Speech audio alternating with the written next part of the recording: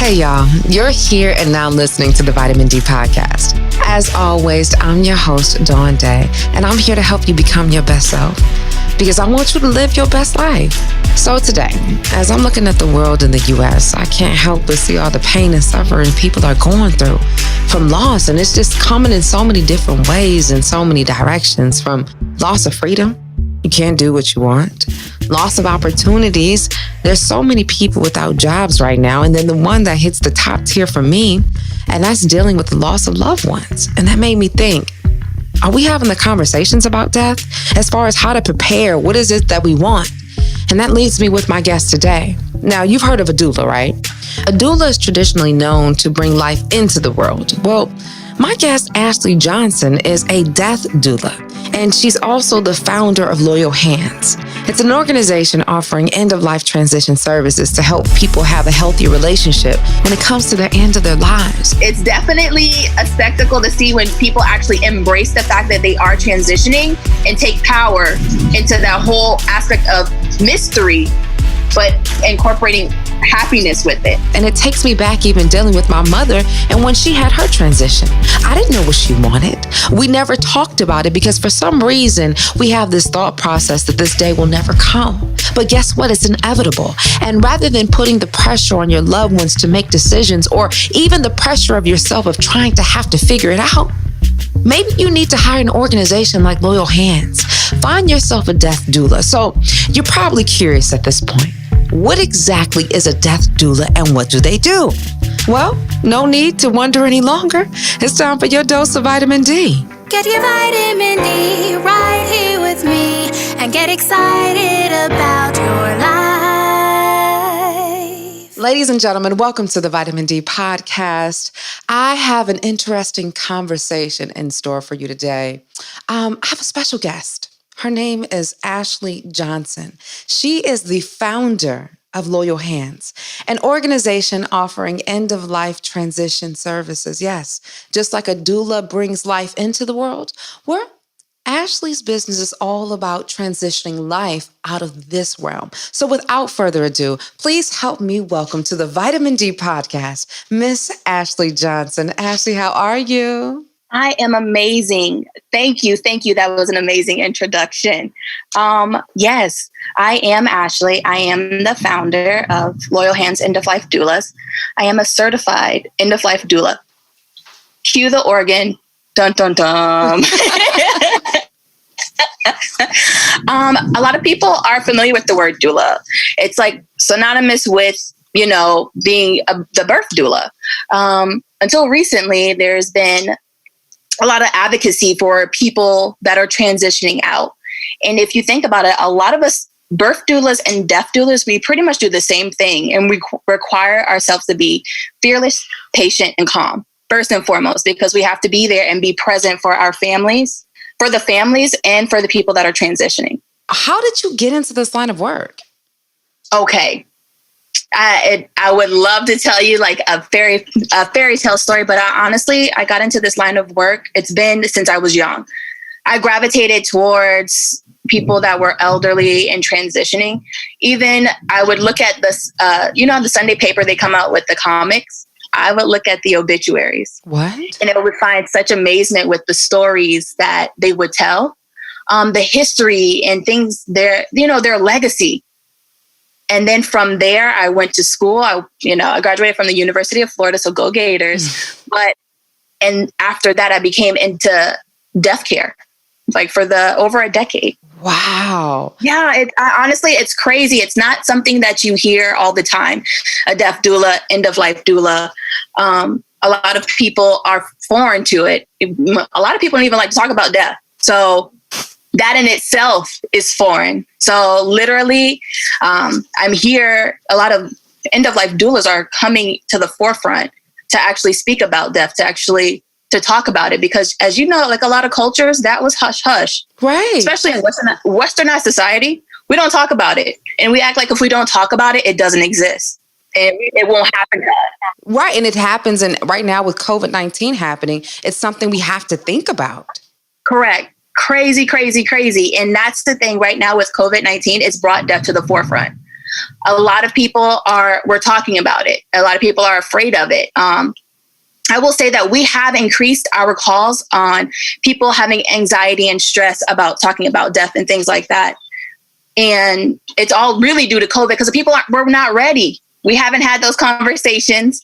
A lot of people, when their family member gets COVID-19, they don't have their rights in order. So they don't know if their loved one wants a DNR or have all the medical work to help them or anything like that. So that's definitely cranked up a lot because we're talking about it. So why do you think we're afraid of talking about death? Like, what's the perception? Is it scary? Should it be scary? It's a taboo. That's the thing. It is a taboo of, people think if we talk about it, it's happening. Death is going to come to our door. I'm not talking about it. I do talk about it. I take that back. I'm not manifesting on it. I like to address the elephant in the room. Just how we're born, we will transition. But the thing is, we're only born once and we will transition only once. So we want to make sure it's a good transition. We want to make sure we have our rights and our advanced directives and things like that in order. So when things happen and they go awry, that everything that we wanted is followed through. Mm. So yeah, side note from being a death doula, I think that you should talk about it. It's just as much as we talk about death or sex with adolescents. We have to talk about it. We have to address it because it's not going to happen. Right. It's nothing that you can avoid. Right. And it reminds me of even losing my mother and even various loved ones. There is a weight that you carry to make sure, what should I do if anything were to happen? Then you don't want to live with the idea of, did I make the right decision? So that's amazing to hear as a child. You're up here reading obituaries instead of comic books. I really think my mom should have probably been paying attention. What is wrong with this kid? Is it wrong? Were you walking into a gift? Because I'm sure, and we're going to talk about this, how your passion, your line of work probably saves lives in a business that's catered to lives transitioning out of this world. Right. So yeah, definitely being a millennial, that right there in itself, it's like a go-getter type of, I won't say all millennials. I should preface that. But we're going to talk from an optimistic point of view. But literally, I say with the end of life doulas, millennials are taking charge and we want to talk about it. I get a lot of millennials that are coming to the forefront. They're kind of curious because it's such a taboo thing. So we're they're asking questions because they're this is kind of forbidden. So we're kind of interested and intrigued. Which is good. Cool, let's talk about it. I give a lot of kudos to baby boomers. Baby boomers, if you look back at it, they were the trendsetters. They were the ones that started the get fit and healthy. And now that they're aging at astronomical rate, they waited later to have children and things like that. So now that they've lived a holistic and healthy life, now they want to transition as well in a not so normal lifestyle. Mm. So, yeah. So have you seen that's more positive or negative? It's positive. Working with baby boomers, it's they aren't afraid to talk about it. They know the inevitable is coming. It makes they drop off so many jewels. They definitely tell you about the keys of life, what they learned throughout the way, what was most important, what wasn't, why are you wasting your time with X, Y, and Z when you should just go live your life and be happy with blah, blah, blah. I can say that I have a client that is transitioning, and he is a millionaire. And he'll tell me he has a fleets of cars outside his house. And he'll say, Ashley, I can't even drive these cars. I scoured the world to get these cars. He would find exotic cars, foreign cars, and travel to them. And that was his thing. And now that he's transitioning, that he's I can't take these with me. And he's I worked day and night so I can afford that luxury to do what I wanted to do. I took away time from my family, working hard. And now I can't even take that with me. So he has regrets. Oh, wow. Of this. And it's like heavy things. And he's like, spend time with your loved ones. Like, and you're like, yeah, I do that regularly. But then you're like, no, just because you're spending a lot of time doesn't mean you're spending quality time. Mm-hmm. So then you're like, I want to spend quality time with people. Ask those provoking questions like, hey, grandma, how was it when you grew up? Like, things like that. Like, tell me about your childhood and random stories. Oh, and I love that's what you said, because that's something that I talk about, your life bank account. Yeah. Because your life bank account, you have to discern what kind of deposits versus liabilities are you making there, and what makes it worthwhile. Like, how are you spending your time? Because yes, we want the American dream. Yes, we want to travel. Yes, we want these cars. Yes, we want this lifestyle. But then you think about it, the quality of your life. While you're making deposits, what are the liabilities? And does it balance out? It doesn't mean you can't have it. So thank you for sharing that. And as I see, like, you are very wise and beyond your years. So I'm just wondering, what was life growing up for you? And how did that affect your ability, or how did that enhance your decision to form Loyal Hands? Honestly, life for me growing up as a child, I grew up in a single parent household in a low income neighborhood, and pretty much how that transitioned to me into getting into this line of work is because I grew up in the neighborhood that I grew up in. It lacked the advocacy, how to deal with the end of life process. So death happened, as it happens every day, but families weren't emotionally or mentally, financially prepared. So families weren't healing from these traumas. Their loved ones would die. They're not healing from them. And so therefore we create I look back now, a lot of generational traumas were recreated because we weren't healing. We weren't talking about it, the mental aspect of it. So that was like the framework. I saw that I saw that we were repeating the same cycle. So literally it came to be when a good friend of mine got colon cancer at the age of 27. I was doing a lot of the end of life doula work without a title. It was just something natural, innate. I was definitely at the hospital. I was by her bedside, helping her make really in-depth, decisions on how she wanted to carry out the rest of her life. How did she want to leave her legacy? She didn't have any children. So how did she want to have her legacy? So once she transitioned, I saw fit to provide others the need of end of life education, or holistic services and companionship. Because like I said before, everybody deserves a good death, and families need proper closure. So would you say that your services is more for the person that is transitioning, or for the loved ones that are dealing with the other loved one that is transitioning? Both. I deal with both. Wow. Because a lot of loved ones, they don't understand the process of they think it's a final goodbye. They take it as a final goodbye and things like that. When I am hired to be the end of life doula, I come in there as an advocate for the person that is transitioning. I want to make sure that what they want to be done by the time they transition is actually properly executed. And also taking care of the family, because I know the family can't pour from an empty cup. So there's times where I will bring what is it called? I have a foot soak. So because, the loved ones, a little pamper me time, because as they are taking care of their loved ones and having a remorse and grieving while that loved one is still alive, I like to bring them into an element of focus then on themselves. I am here, relax, because you can't pour from an empty cup. So, you're offering a foot soak for the loved ones. Yeah. Oh, wow. I definitely cater, because I'm not there 24 hours a day.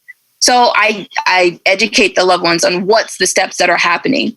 I have so many questions. I'm just trying to think of how to gather them all together. Ask away.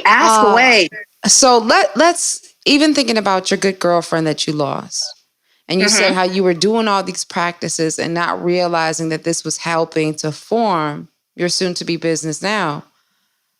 I'm wondering, how did you get the strength? Was it for certain that she was transitioning out of here? I'm just thinking, if I have a loved one, I don't even know how I need you. Right. And it was when you have, for her, in her situation, when that happened, it was her oncologist came in and told her her options. And at that time, he told her, hey, we're going to start chemo. This means that you most likely won't be able to have children. That's heavy. As a woman, you're like, wait, I need to decide right now my life or the ability if I need to have children, even though I wasn't thinking of having children right now. But now we have this. And so it was like, okay, this is a heavy decision. What do you want to do? And it's like, okay, you want to like prolong her life. And I was like, you know what? That's great. That is your decision on what you want to do. There's plenty of other options. You can have your eggs harvested. You can adopt children. You can foster children. You can be a big brother, big sister program. There's many options. So we're thinking outside the box. And then from there, it just escalated. From other decisions, I became her point person.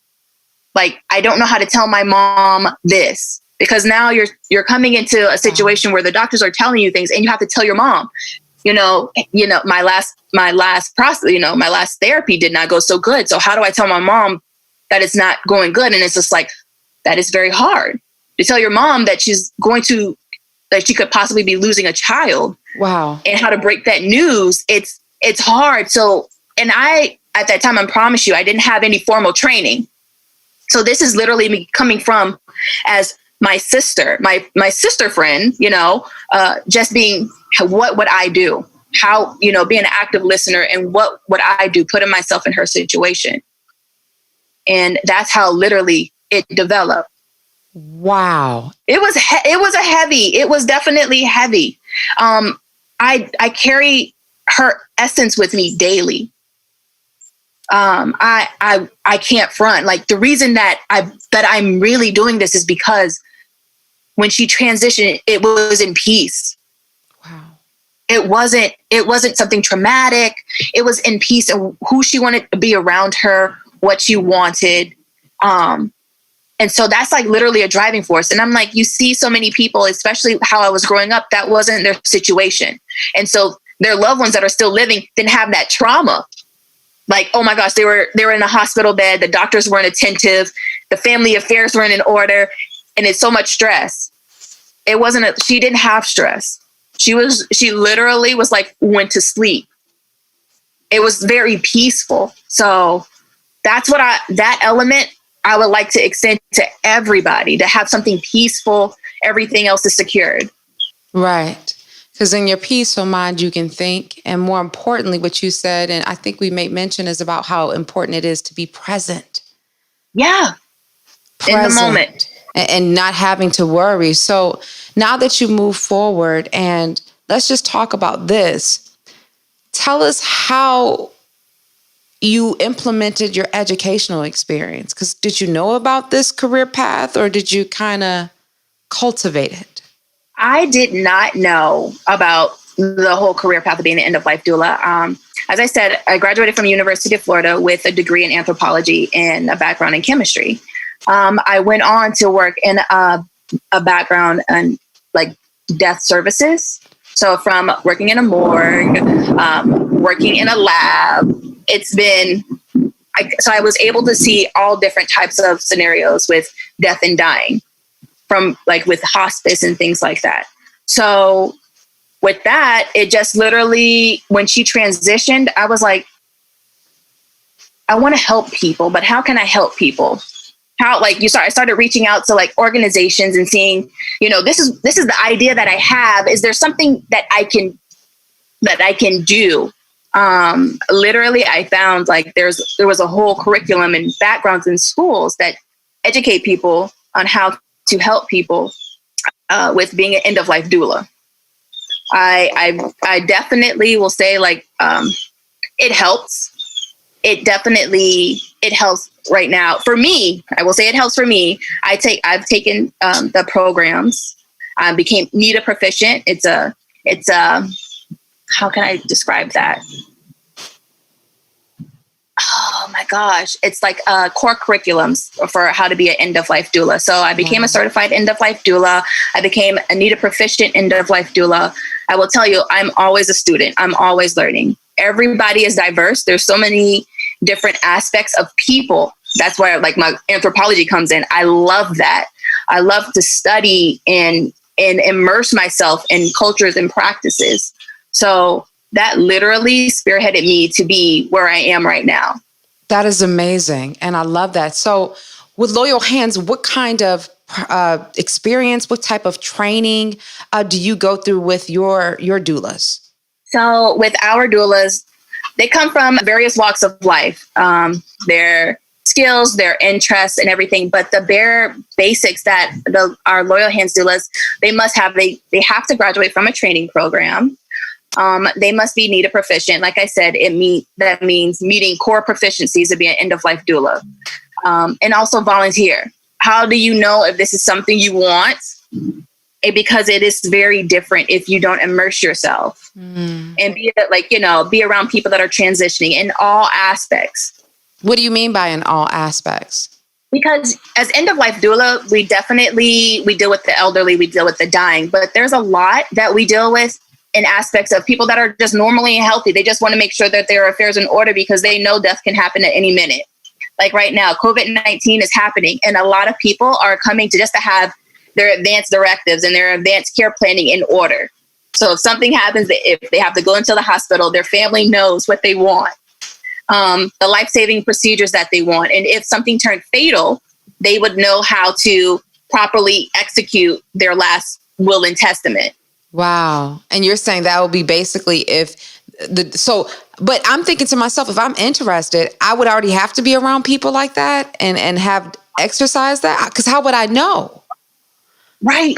Education is key because a lot of people, they don't know about end-of-life doulas and people that when they do hear about end-of-life doulas, they think it's like a hosh posh, like very fancy, like only celebrities can have end-of-life doulas. And it's the furthest thing from the truth. It's end-of-life doulas is your, like I said, your advocate.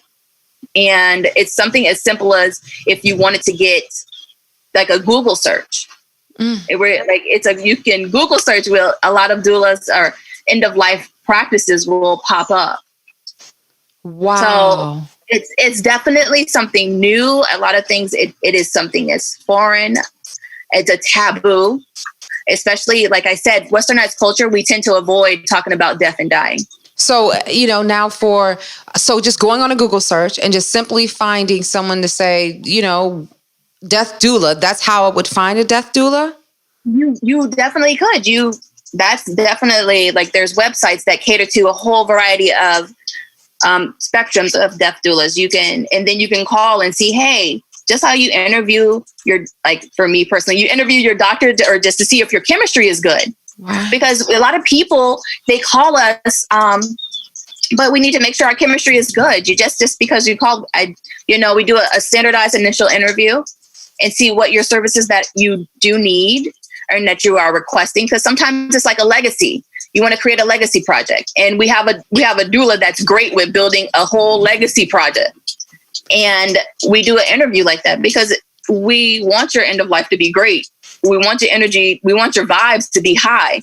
So we want to make sure that we connect you with somebody that's going to compliment you and not just make you feel like they're just here for a job. Now, you just mentioned something. You said a legacy project, which made me think, what are the available resources that you offer? Oh, variety. So end-of-life doulas, we pretty much collaborate with hospices and palliative care.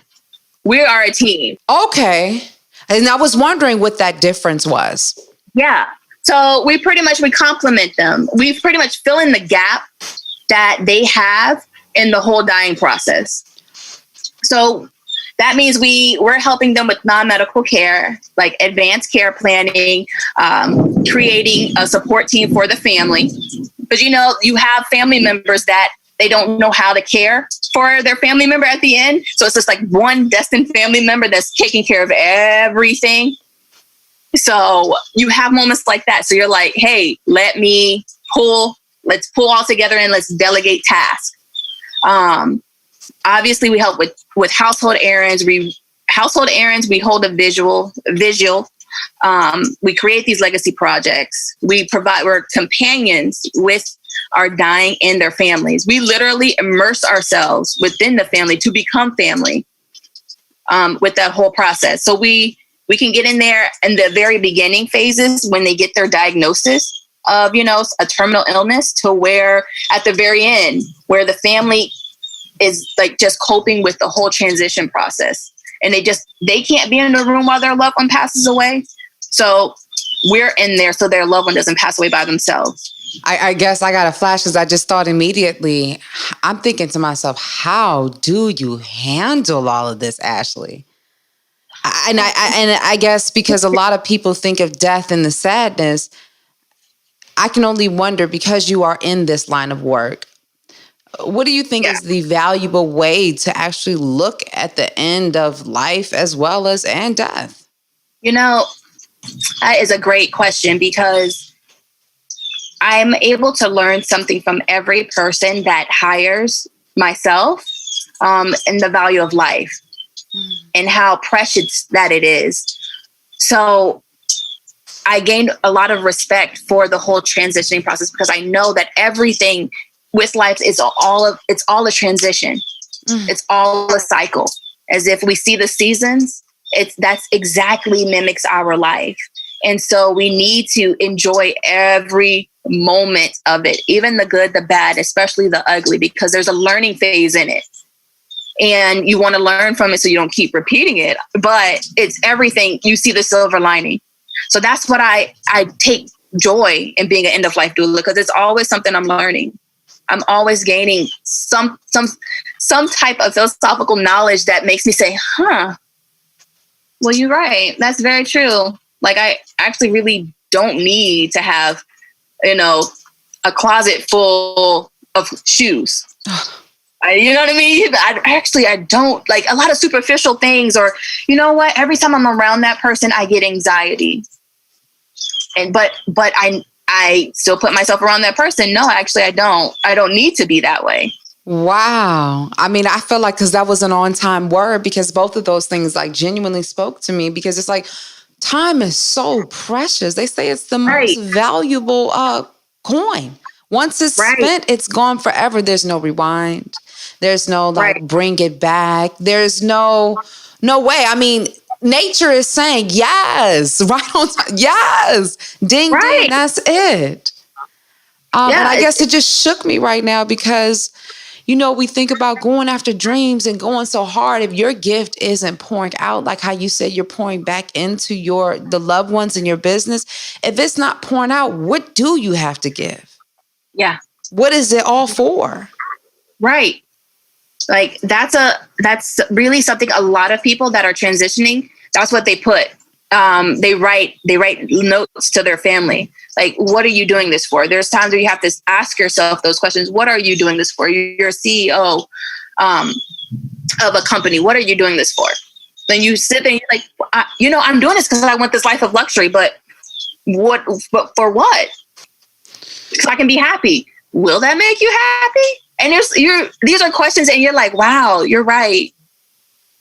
It's the simple things. Because I'm like, your son or your daughter would just rather you play catch baseball in the front yard, and that makes them happy. So wow, yeah, I'm resonating in it because it sits so deep. I was just talking with another episode with Carla Farrow, and we're talking about loss. Mm-hmm. And she had to do a wake-up call. She said, Dawn, just make sure you just wake up and smell the roses a bit. Because sometimes it's the chase. Gotta get it, gotta go, get. But what about just being? Right. Being in the moment. And that's definitely one of the things that we are advocates on. Just to be present in the moment. And me, being an end-of-life doula, that's what we're able to do for families so they can be in the moment for their loved ones. And so they don't have to feel the stress and anxiety of this, what is happening, what's going on. No, just be present. Just soak in the air and just be present and just breathe and just be positive for this whole transition. Because you stop and smell the flowers. When should we start having these conversations with our loved ones? Now. It is now. And it's awkward because I know it's a taboo. It's so taboo to say on your first date, so what do you think about death? You know, what do you think about that? It's so taboo, but it's a real deal thing. We have a client right now that is expecting, and she's 24, and she's literally coming. She's perfectly healthy, like healthy pregnancy and so forth. But the thing is, she wants to get her affairs in order for the what if. And so her child, she's literally making a booklet for her child. If something was to happen, she, from birth until their child gets married, she's making a whole legacy plan of what she would like for her child and the accomplishments and things like that. So the time is now. We never know what's going to happen to us. So just to be prepared and have peace of mind.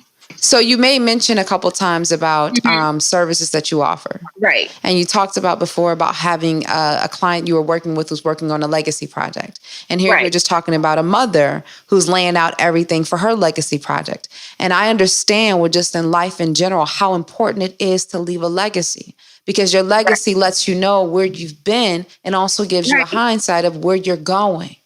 Right. That is, you put the nail in the coffin.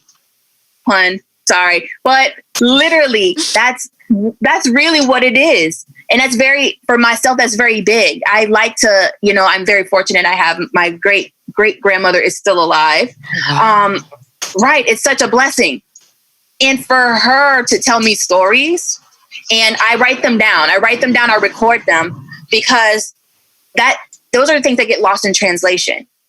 How like in acres of land and X, Y, and Z, that whole picture, it gets lost in translation. So when it gets, for me, I value that importance. And so therefore I wanted to extend that service for other people, because it goes beyond me. It'll go beyond her. She transitions and that story can get lost. And so and to know who you are and to know where you came from, it makes you feel so empowered. Let me tell you why that means so much to me, because I'm thinking back on my mother's transition. And I was just talking on the last episode. So if you haven't checked it out, be sure to check out the episode with Carla Farrell and talking about loss. But one thing that I made mention of, and Carla said the same thing, I recorded my mother asking when she met my dad, what are some of the things that you would do? But that was me in a younger mind trying to prepare myself, because my mother died of stage 4 breast cancer. So it was like, okay, do I have to know what she smells like? Do I have to know what she's doing? So in this situation, and we're talking about creating that legacy, oftentimes I think we forget to ask those questions. And I'm so glad with your services is that puts it on the forefront. Right. Correct. We put it on the forefront. We start with basic questions or basic templates of how do you want to leave it? Do you want it to be an audio recording? Do you want a manuscript? Do you want to write it? Do you want it to be a visual? How do you think it'll be best translated? We start from there, and it becomes its own individual beauty. Every legacy project that I've seen has been super unique and super tailored towards the family that it was going to be delivered to. Wow. And, it's lit for me. I look back and I'm like, oh, that's a good gift to have. A good gift, because there's going to be great grands that have never met their aunt, but know that she was like a rock star in her prime. And sometimes I think we're rushing. You're young. You're not thinking about what your mother used to do with your dad, or that quirky story, or maybe why you walk like that, or perhaps how your family got, to wherever part of the world, different traditions that you may want to know.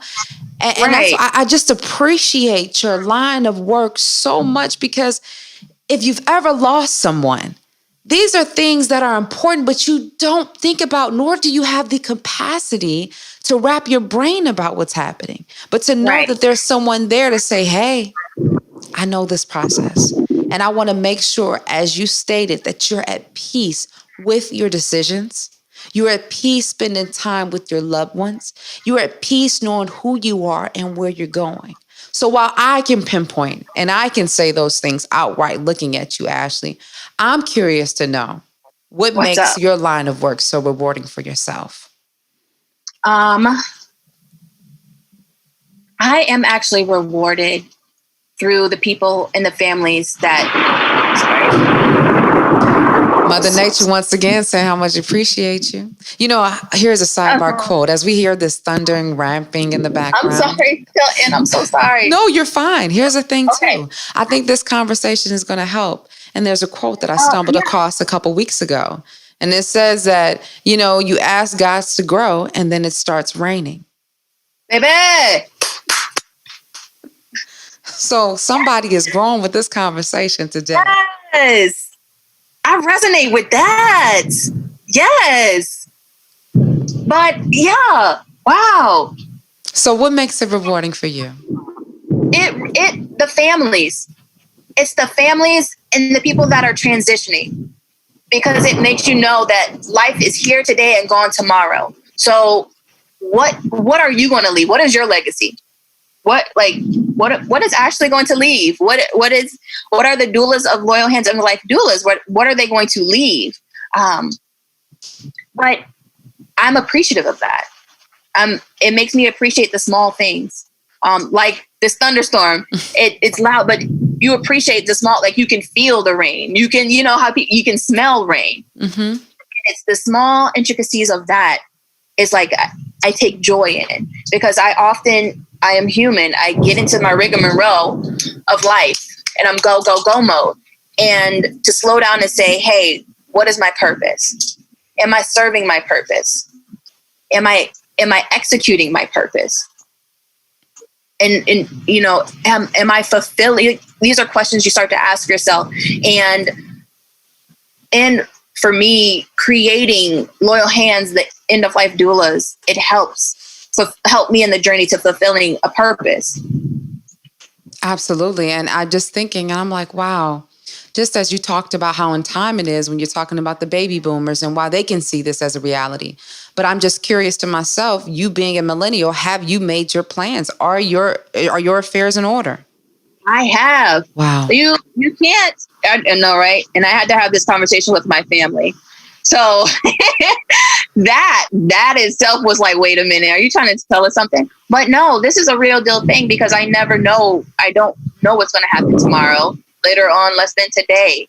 So I can't ask other people to get their affairs in order if mine aren't. So I had to bring that conversation to the forefront for my family. We had the conversation and it sparked other things from other family members to now join in and say, hey, I kind of want to get mine together too. So I'm like, you never know what's going to happen. Like, so to speak, we have, they're called awakes. It's when the person they're still cognizant. And we have a party, so to speak. It's like a party, so to speak. So they're awake. So you have everybody come, and it's like you give them their flowers while they can still smell them. Oh, wow. So you have people speak on, and then you can hear them speak on how they, felt about your eulogy. So to speak, you have that while you're still alive, and people can enjoy your presence and things like that. And it's taking away the stigma of death. It's taking away that power that death has over people, and it's making it very trivial. Because it's like, I have control. I'm having a party right now. I know that I'm going to be transitioning, but I'm going to enjoy it while I still have my power. That was so beautiful. It is. And everybody, they come together, the funny part is you can hear the people, they say, they say their speeches, and then you can also evaluate. You're like, hey, you know what? Mike's speech wasn't as good as I thought it was. So I'm going to actually mark him off my list. Susan look like she's here for my money, so I'm gonna write her. I'm gonna get and redraft my will right quick. Make some amendments real quick. Let me get this notarized. Oh wow! But, it takes away that fear and that pressure. Because I was even as you said that, I was like, oh my gosh, that's so uncomfortable. So it's like, oh my gosh, I'm looking at you knowing that you're gonna die, but again, we're not here forever, and that's why you got to treasure the moments. Right. And it's a celebration. Right. And that's what the whole thing, we try to make that mindset. It's a celebration. We are celebrating life. Because right now, like I said, in Western societies, we don't talk about death. It's taboo. We don't talk about it. It's a known fact. But traditionally, in indigenous tribes, like, death is a celebration. We immortalize in dying because we take it and we make it a whole week celebration of the life of the person. So, yeah, it's definitely a spectacle to see when people actually embrace the fact that they are transitioning and take power into that whole aspect of mystery, but incorporating happiness with it. Right. Almost as if you're transcending on to your ancestors, those who came before. Right. It's like a graduation. Mm-hmm. It's your graduation party. You like when you put in this aspect of when you're leaving high school and you're going to college and you don't know what's going to happen next. Ooh. It's foreign. Something came over my spirit. You said it's a graduation, and when we think, come on. You said it's a graduation. Well, we have to think about what is the degree that you're receiving. Did you complete it? Right. Did you live it out? Right. What were you going after? Ashley, oh my gosh, I appreciate you. Thank you. So what's next for Loyal Hands? What do you hope for this to grow into?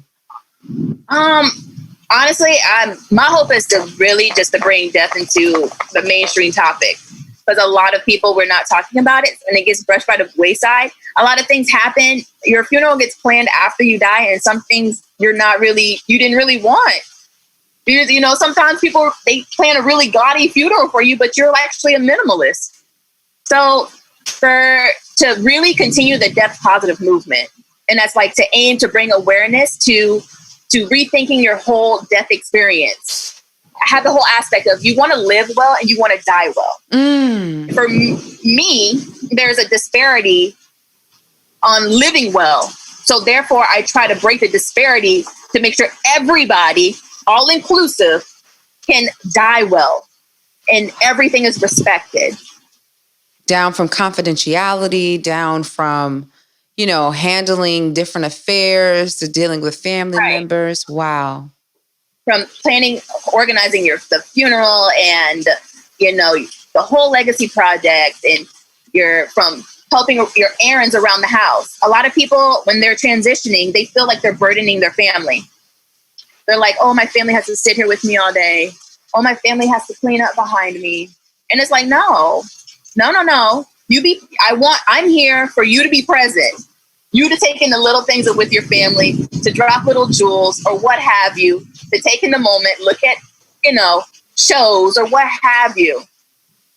So, but yeah, sorry. No, you're definitely fine. I appreciate everything you're saying because that's real. And it's time, especially what's happening right now. A lot of adjustments are being made because of COVID-19. This whole pandemic has people thinking, but it's having you face reality that you got to spend time with stuff. What do you want? Because you can walk outside and something that you cannot see can totally affect the whole transition or trajectory of your life. Right. And so while, this conversation has definitely been about the transition and the end of life, there is something that I'd like to say, kind of like a phoenix. A phoenix goes down only to come back up. And as you transition out of this life, or as we all will one day, we're going to be rising into something else. And as we prepare this bridge, I'm curious, and I would love to hear from you, Ashley. As you know, this podcast is called Vitamin D. Right. It's all about shedding light into people's lives. And I think you've done that with talking about how this whole transition of life is and a different perspective and why it's important for the person that's experiencing or about to go through the duration of the transition, but those who are the loved ones who are witnessing it. Mm-hmm. So as we are talking about vitamin D, as I talk to you about the Life Bank account, what dose of inspiration, what deposit can you make in someone's Life Bank account right now about how to look at life, about what your business can do, about who you are as a person? When people say that life is really precious, it really is, and it's here today and gone tomorrow. Now, to deposit something into their account is to enjoy the simple things. And I get it. The perspective of what's simple to you, what's the perspective varies. But to be true to self as well, because that's a lot of times I do hear that, and I'm learning to be true to self, unapologetically yourself, and not what somebody wants or expects of you, because it's your life. And wow, that is an awesome question. Because it was, I'm like, life is a whole process. Life is a process, and death is an aspect of life. So not to look at death as grim. Like, when people see me and any other end of life doula, you will notice that we have an abundance of energy, like super positive, because like we take into account that we deal with death and dying on a daily basis. So just to have that positive energy and positive spirit about oneself, and that's what to carry on with Loyal Hands, our doulas, to make sure that you have crappy days, but remember what we are doing this for. Like, and even when our families and their loved ones transition, we also mourn. We this, because we've become attached, and we do have to take ourselves away and meditate and things like that. Like, we are human as well. But to put into somebody's life deposit is that life is really precious, and do not take it for granted. Even on your worst day, don't take it for granted, because somebody would love to be in your shoes. No matter how small and cramped you think your shoes are, somebody wants to be there because they are less fortunate in a worse position than you are. And that doesn't always mean a financial situation. Just that could be someone with everything in the world and they don't have any more time. They're sick.